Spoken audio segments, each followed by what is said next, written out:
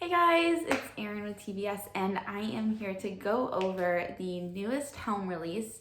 If you haven't noticed yet, your Helm Connect software has updated to version 1.20. That update happened around November 25th. If your vessel hasn't really updated, you don't really see any changes in your Helm software yet, or you don't see the changes that I'm about to go over in just a few seconds, please make sure that you connect your vessel to the internet for at least 30 minutes. It may take longer depending on your connectivity, and let your vessel sync up. Once it syncs up, it will update automatically to this newest version, version 1.20. And if you have any questions on whether or not your vessel has updated yet, please contact the office. We are more than happy to check in and make sure that your vessel has had the updates.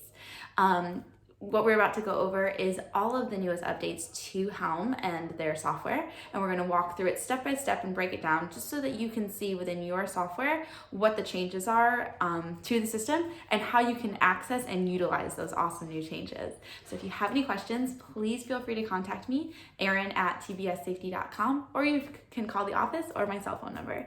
Thanks.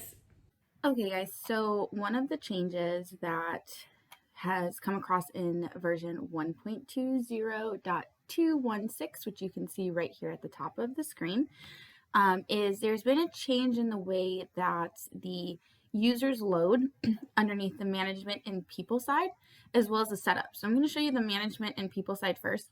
And this is just so that you kind of understand that when you pull this screen up, all of your users are not here automatically. So if I scroll down, it's just going to then keep loading my people that are in the system. So I just want you to make sure that when you pull open your users list, that small amount in the beginning is not all of your users. You have to keep scrolling and letting it load before it's complete. Okay, and then when you go to your setup and your users as well, it looks a little bit different than it had in the past. So you do have the first name and last name separated, as well as you still need to do the same thing that you were doing on the management people side. So you need to scroll down and let everything load before you get to the bottom of the list. The other feature that you'll notice in the users section of the setup is that there are new filters. Once you hit that show all filters button, you can see that now you have can log into asset, can log into shore, active employee, and limited to assign asset. So you can now filter by all of your active employees. Once you hit a filter, you do need to now hit these apply filter button.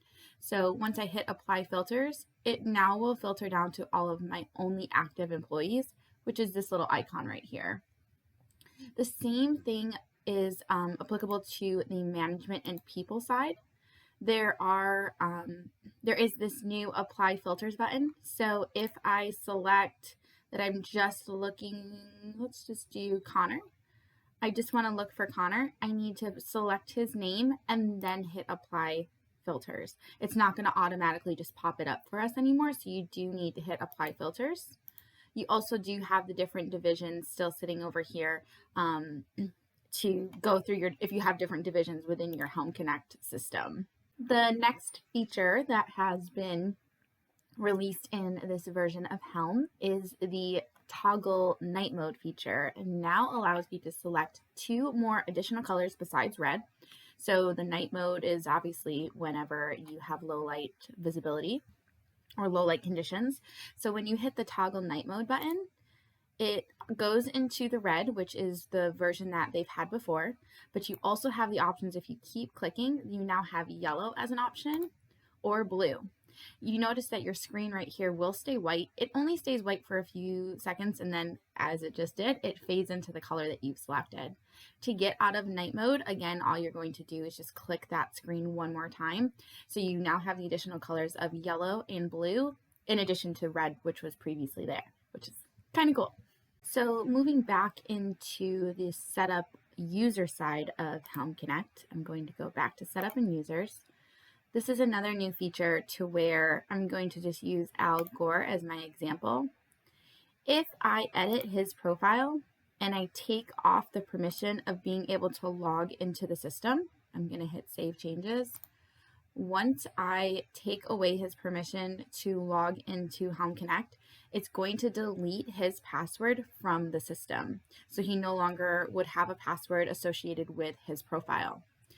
If I wanted to go ahead and make him active again, so if we have an employee that's on furlough and we delete him from being able to log into the system, but then he comes back to work for the company, we're just going to hit that edit button again.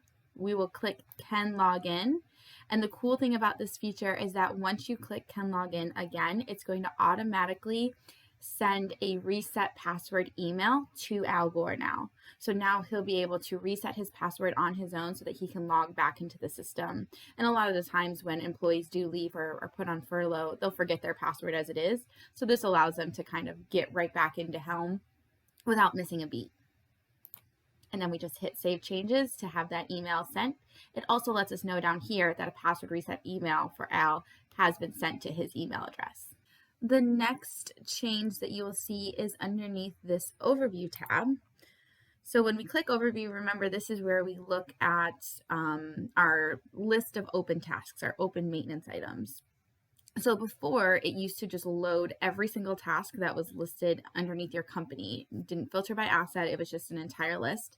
And it would take a long time to load sometimes just because some of the lists were very extensive. So now it's not going to start loading any of your open maintenance tasks until you put in a vessel. So I'm going to just select the first one that's on my list. You can select multiple assets if you'd like to. So if I want to put in the Admiral and the Brent Ice, I'm going to then have to hit search before any tasks are going to populate for me. I can then go through and filter on the left-hand side by what it is I want to see. I can also use the filters right here if I want to see all of them, unplanned, planned, or overdue. And then they also moved the filter by item. This used to be right up here where the search bar is now. So they moved that down here. So those are just a few little tidbits of information that you need to know when you're using the overview of looking at open maintenance item tasks. Now I'm going to move on to the history tab, which is located under onboard and logs. So once we pull up our history tab, remember that we always want to click this show all filters button so that we can make sure that we're really drilling down to what we're looking for specifically. What I want to show you guys is history by tasks. So I'm going to go to this type box right here and scroll down to task. This is where you're always going to look for tasks for your that have been completed within your system. Then hit apply filters.